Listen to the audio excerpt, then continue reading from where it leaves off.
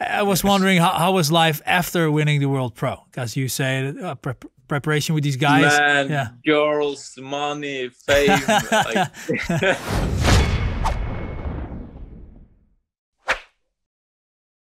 So welcome everybody to the first episode of the BJJ Fightgear Lockdown Talks. In this first episode, we talk to a very special guest and a friend of ours, from the few people that have actually have the heart and the perseverance to like keep training in Jiu Jitsu and become successful competitors. I think a lot of people I met so far are a bit inward focused and they like to keep it to themselves. My next guest today, he has the ability to keep his focus on training and competition long term, but at the same time he also has a really open mind to new things coming along and to be both serious and at the same time fun loving. So I think that's a really a special combination. Hussein Abbas-Zade is the 2019 brown belt Abu-Dhabi World Pro champion. He's instructor. Hey. He's instructor at Frontline Academy, one of the most, if not the best team in Europe at the moment, training under Eduardo Tetarios, owner of the Norwegian Jiu-Jitsu store Jits Boutique and the BJJ Fightgear Norway. He's kind of an octopus-style entrepreneur with a lot of different things going on at the same time. Besides the things I already mentioned above, he also owns a restaurant and a real estate business. And Hussein is quoted as saying, the biggest challenge after success is shutting up about it. Maybe it's not your own making, but that's definitely something I remember of you. Welcome, Hussein, and thanks for taking the time for this interview. Thank you for having me, Misha. Thank you. So how are you doing right now? We're in the, for people listening to this later, we're in the COVID-19 lockdown, also in your country, Norway. How is life right now over there? And what's the situation in Norway anyway with the restrictions? I mean, it's, of course, it's different. It's different than we are used to, but we have to adapt, right? So time is different, but people are still the same. So right now, when it comes to training, I have started to do some calisthenics. So I have set some new goals, maybe to compete in a Norwegian championship in a street workout, just to have my body working, so that I don't relax extremely much, you know, on the sofa, just eating chips every day. Yeah. So that keeps me going when it comes to training. When it comes to business, like since nobody gets to train, right? Since every BJJ gym is closed, and the restrictions we have from the government, you have to have a 1 or 2 meters distance between each other when you train. Which means nobody's gonna buy gi, nobody's is going to buy rush guards and stuff, right? Which is essential for our business. Yeah.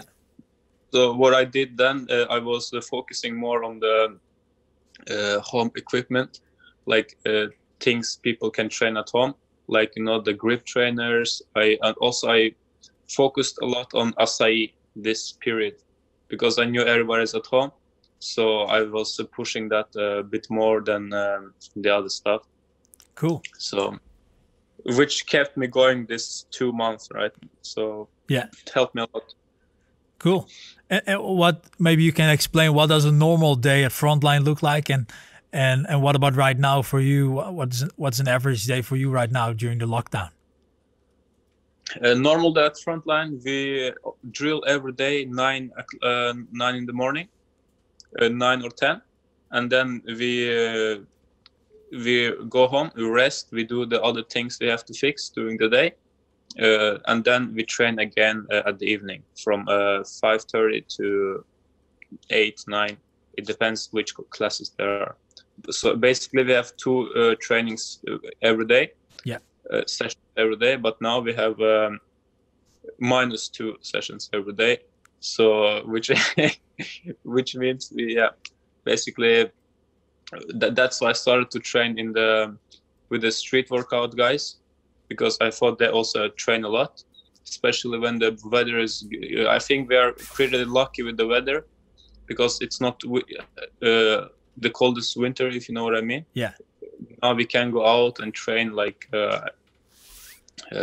What type of exercises are those for people who don't know anything about it? Basically, it's a lot of exercise with your body, right? Pullovers, pull-ups, push-ups, things like that. Yeah. And if you're next level, you can start to do push-ups with only your hands, like while your feet are off the ground. Right. So, which I think is pretty cool and pretty useful for jiu-jitsu as well, because you're always holding the bar, so your grips are getting stronger. You're working with your body, which is very essential for jiu-jitsu as well. Right. Yeah. So very good. I think it's especially for me. I think it's very good alternative training for jiu-jitsu. Cool. Yeah.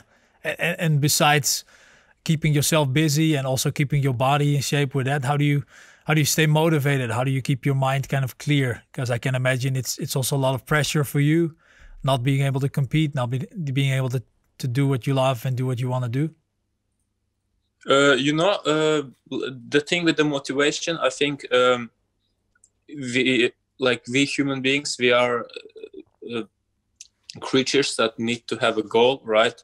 And that's why I set a goal that I would compete in the street championships no matter what, because that's what keeps me going. I think of, oh shit, if I go and compete and I don't know anything, it's gonna be embarrassing, it's gonna hurt. So that's why I'm training every day now to learn some new tricks, to get stronger.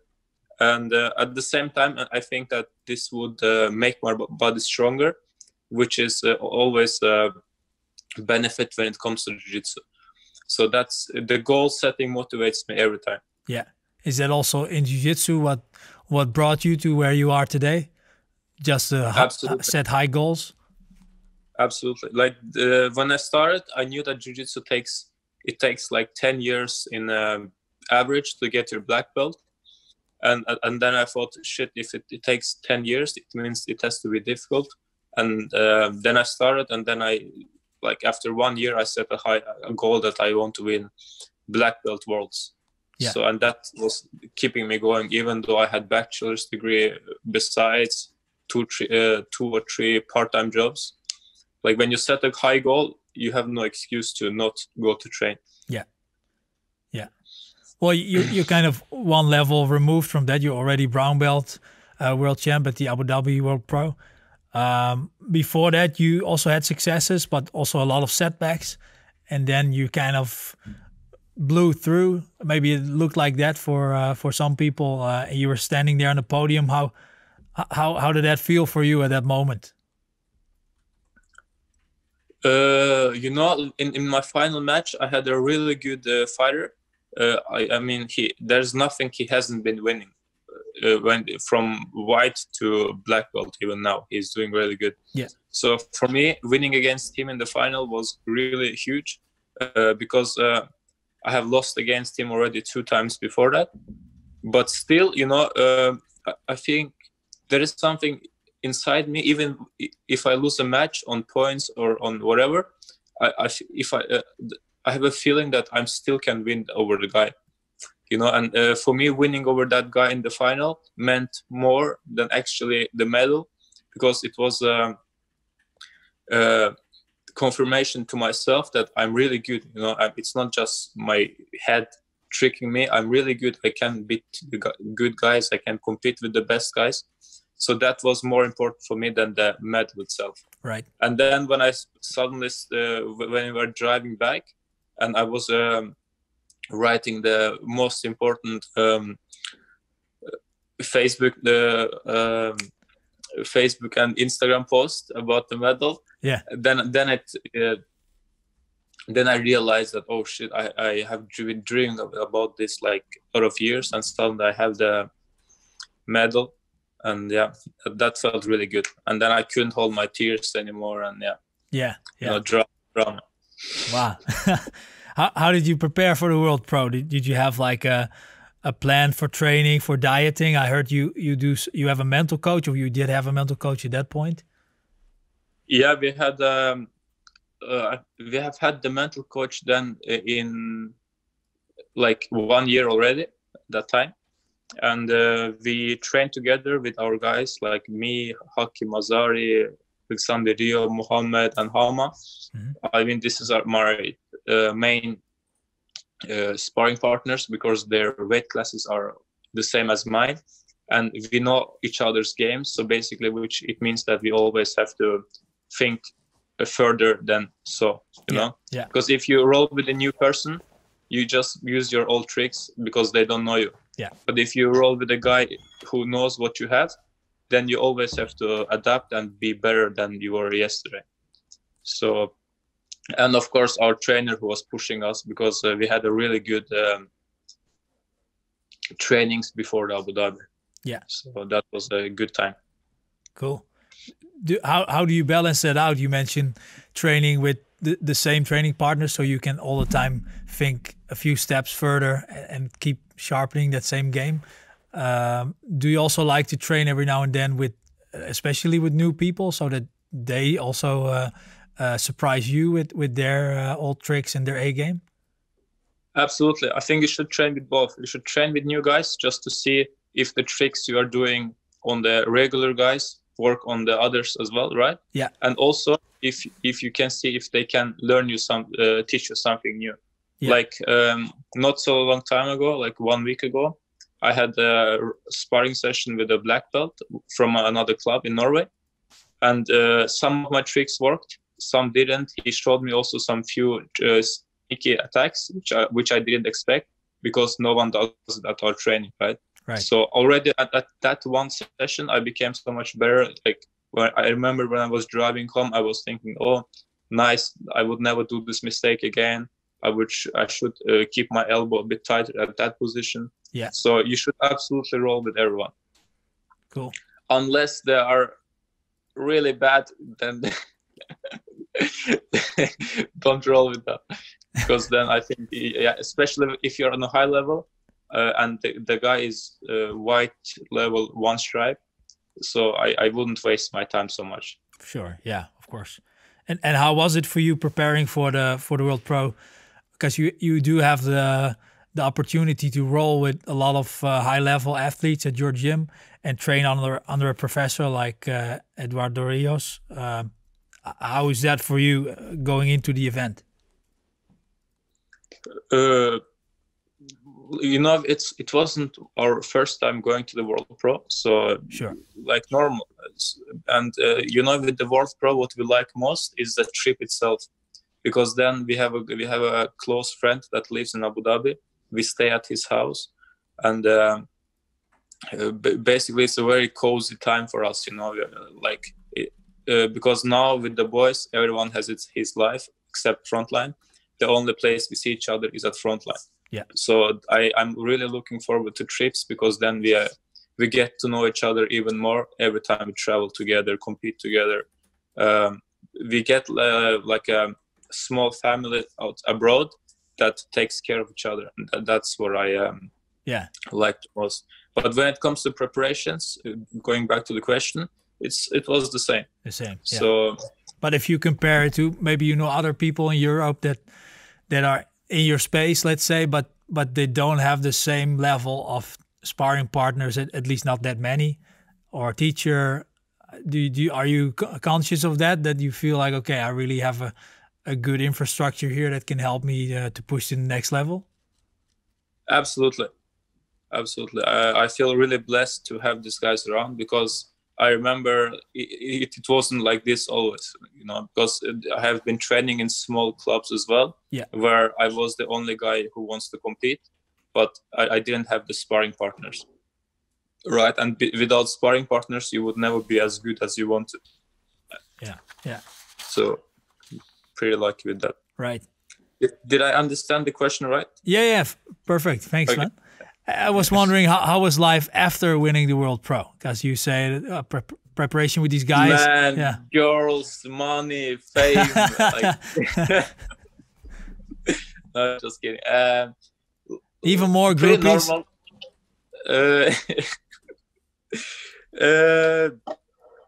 Life after the Abu Dhabi, we came back. We had some extra money. It was actually one of the first competitions where we came back richer than the opposite way around, because usually usually we come back poor from the competitions, right? But this time we came with a smile on our face back. So I came and I knew that we had worlds in front of us. So I was just setting a new goal and training towards it. Yeah. Just go get straight into the next project.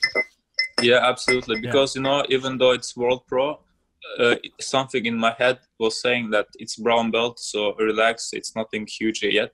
Yeah. So just train. Your goal is to win black belts. So I was just, okay, this was this medal and let's go to the next. And how is, like right now, obviously that's kind of put on a hold. How is your planning in that sense? Are you obviously thinking about it, but are you making any plans like then and then I expect the gyms will reopen, then I can do this tournament? Is there anything going on that level? I have heard that the Abu Dhabi will have the competition in November this year. Yeah. Because they postponed that to the November. And I'm already training towards that, like with the calisthenics trainings. And also, I have a private classes with one guy, 4 times a week. So, and with him, we are strictly doing now positional sparring.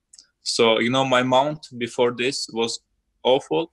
And now we have been training a lot of mount training, like escapes, attacks and stuff. Yeah. So I'm fixing the small details in my game to become a better fighter than I was yesterday.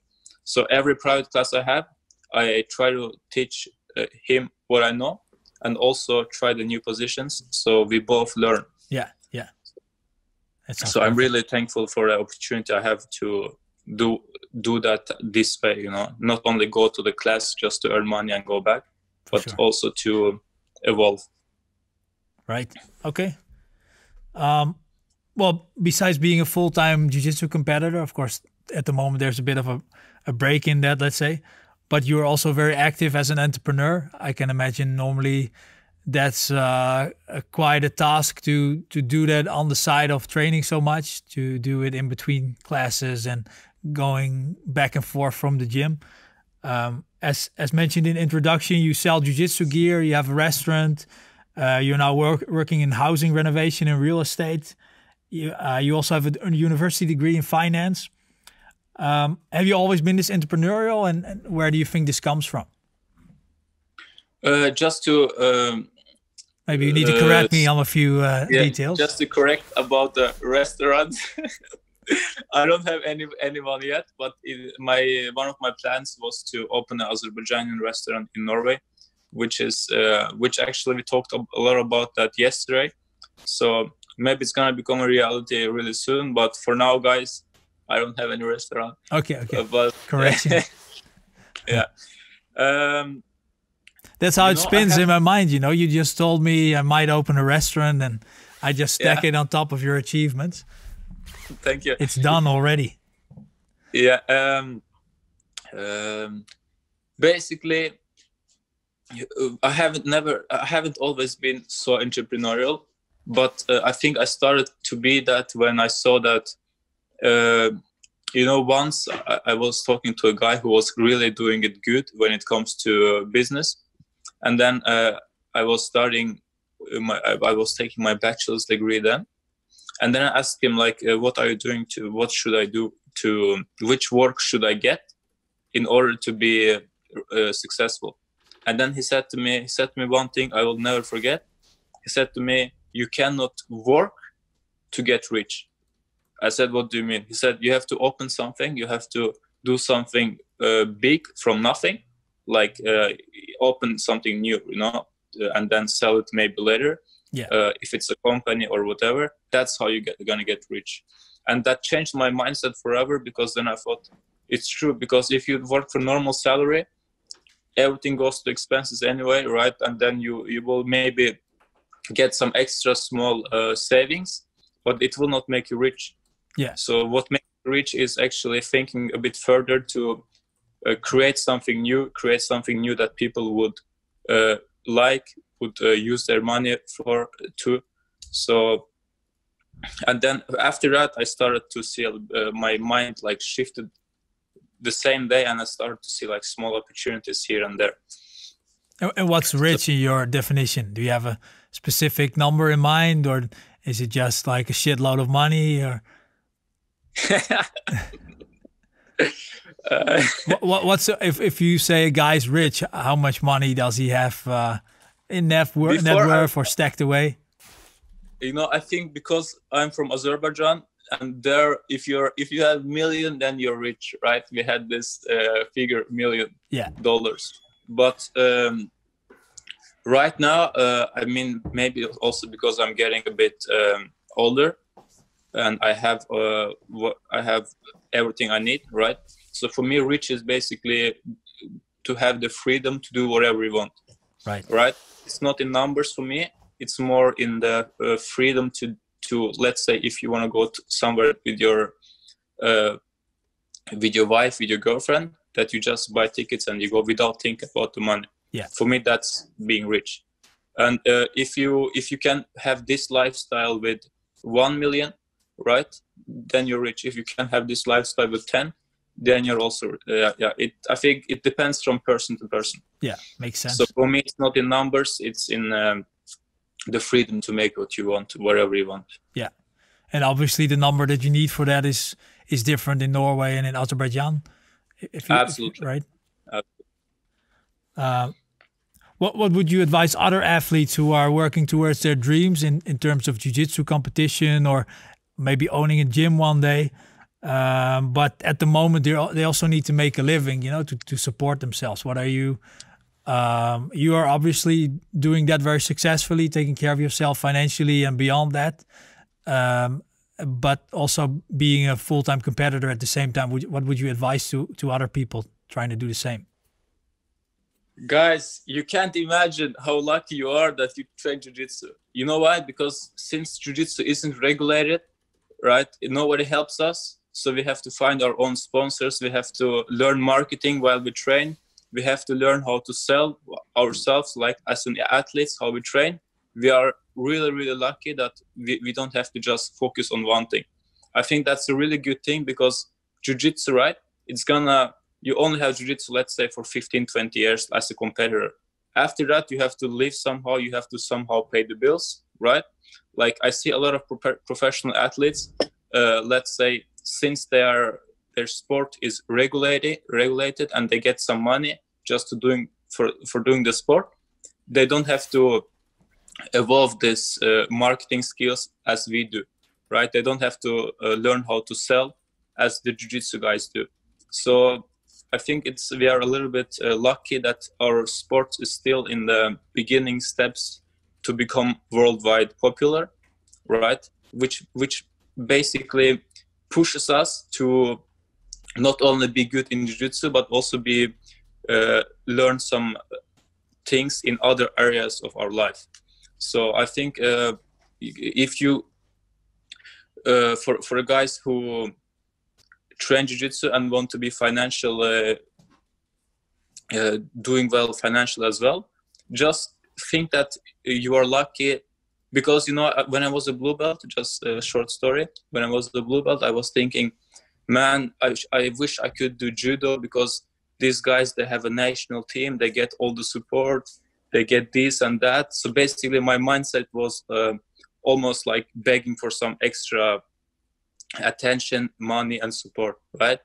And then when I switched my mind and thought, man, these guys, they don't do anything, they just train, they don't have to evolve themselves, you know. But meanwhile, I train jiu-jitsu. I also have to learn some marketing. I also have to learn I have to see some opportunities during the road, which makes me a better person, right?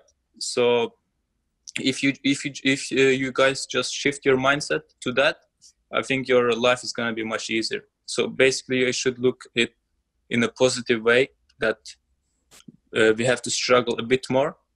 So, and that will, I hope that will help you as it helped me. Yeah, that's an awesome point to make. Do you see a lot of people striving to become a champion? Do you see this particular thing going wrong, or is there Like, what do you think is the main thing that goes wrong with people that at some point set off to become a champion, but at some point they just get off course? Or like what I see, especially in Norway and Azerbaijan, is like not so much in Norway right now, because people with the minimum wage salary or part-time job, they still can train a lot of times in a week, right? They still can pursue dreams if they want to. But like in Azerbaijan, and I guess in the poor countries as well, people have to prioritize their work there instead of jiu-jitsu, you know, because the bills are not gonna pay themselves, and the government doesn't help you as much as it does in this wealthy countries. Right. So unless you do wrestling or something. Yes, and I mean, let's say your country has 10 million people, and wrestling team, national wrestling team, has 30 guys inside. Yeah. You know, so it's basically very, you have to be like super good in order to be there. So it basically stops kids from dreaming big, just because they know that it's very hard to go there, and you also have to pay your bills. They don't even try. Right. So that's what I think stops people, like the financial. Even though we try to focus on the other aspects of the game, of the life, the financial aspect always is there, wherever you do. Yeah.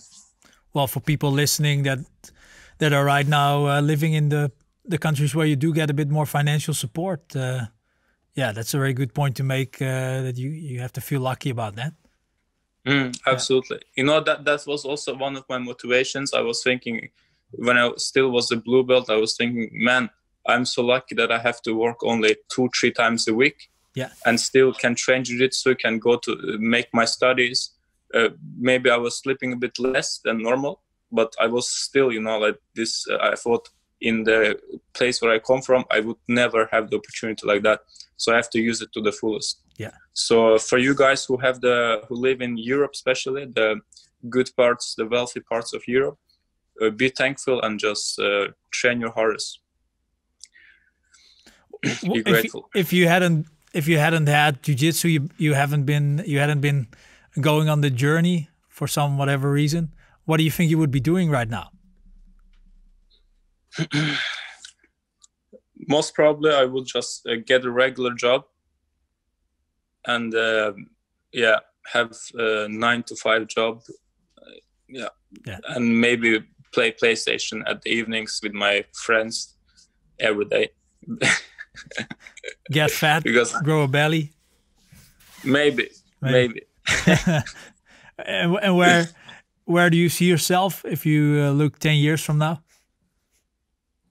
Oh, 10 years from now, I have most probably my own gym with my close friends. One of the best gyms in Europe, in the world. Also, I have most probably 7 kids. 7, man. It's the lucky number, you know. So I don't want to mess around. What's the score right now? 0. Oh man, you have to get to work. Okay, just kidding about 7 kids, but most probably I'm gonna have some kids. Our gym, which is the goal is to be one of the best gyms in the world, because otherwise I don't see any. I don't want to open a gym unless you want to be the best in the world. Yeah. And of course, real estate business, which I'm gonna kill. Right. Can you tell us a little bit about that? What you're doing right now in the real estate? So right now we are renovating houses. So we buy a house, we renovate it, and then the thing here is that like the first house, right? The first house we started with. In Norway, you have a law that says that if you sell a house before having it in 1 year, then you have to pay 25% taxes on the return, what you win, right? So that's why the first plan was to just buy, renovate, rent out until 1 year has gone, and then I can sell. And basically that's when you do it on your name, right? Like when you're a private person and you do that. Yeah. But when you're a corporation, when you're a company, then you can buy 10 houses, renovate and sell without thinking about those 25%, right? So now we already finished like 2 houses. So now I'm opening a company, which so I will do everything through the company the next year, or as soon as we open that. Awesome. So you learn. It's almost like jiu-jitsu, you know. You want to pass his guard this way. You pass, you get caught in a triangle. Okay, then you say, now I have to do something else. So the business is the same. Yeah. So you get caught with the taxes. You're like, oh I have to do something else. I have to adapt, do this and that. So yeah, problem solving everywhere. Right. Well, I'd like to see 10 years from now how that has grown. Then you're going to be the real estate mogul here in this part of the world. It will be interesting. I will learn. Yeah, I hope so. Last question for people now in the lockdown. Can't wait to get back to the gym. What's the number one advice you can give to keep their mind focused and just stay sane, basically? I mean, like for me especially, you know, for me and some guys I know who has been training a lot of jiu-jitsu like for 2-3 times a day. Actually, for me, it was a kind of a blessing to first time in this period of 7 years that I've been training to not go to the gym and still don't have the bad consciousness, you know, because every time I was thinking, shit, there's a training and I'm here, I was getting like a bad conscious because I could have been there. Right. Which meant that if you have like these small injuries in your body, they would never heal up 100%, right? But now I have had the opportunity to heal up 100%, even learn some new things with my body, like the street workout thing, right? And also my mind has been relaxing a little bit of not thinking about the competition all the time, you know, because especially in jiu-jitsu, since it's not regulated yet, we don't have on and off season. There's always competitions, right? No-gi season, gi season, whatever season, right? There's always something to train to. So we haven't never had like 1 month free, no competition season. Yeah. So I think personally, if you think that this is actually good for your mind and good for your body to relax a little bit, that would be easier for you to live with than if you always think, oh shit, I haven't been training for 2 months, my jiu-jitsu is getting worse. You can use this 2 months to study the game. You can go watch the fights of the greats, right? Look some new tricks that they use, maybe implement that to your game. So I think if you look at this situation that way, your life would be much easier, and your mind as well. If you think positive, right, it's gonna help you to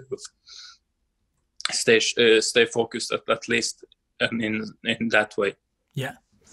Well, thanks a lot. I think that's super useful for people, and I think everybody can hear from that answer alone, but from the rest of your interview, where people know you, that you're a super positive guy and kind of a glass half full personality to see the positive thing in everything. So that's awesome. Yeah, thanks a lot for taking the time for doing this. And well, we hope to, of course, be all out of this crisis soon, and then see you going up from there in jiu-jitsu and obviously in business as well and the rest of life. Thank you, brother. Say hi to everyone at BJJ Fightgear team. Yeah, will do. Thanks, brother. Have a good day. Thank you for having me. Have a nice day. Oes. Hey. Oes.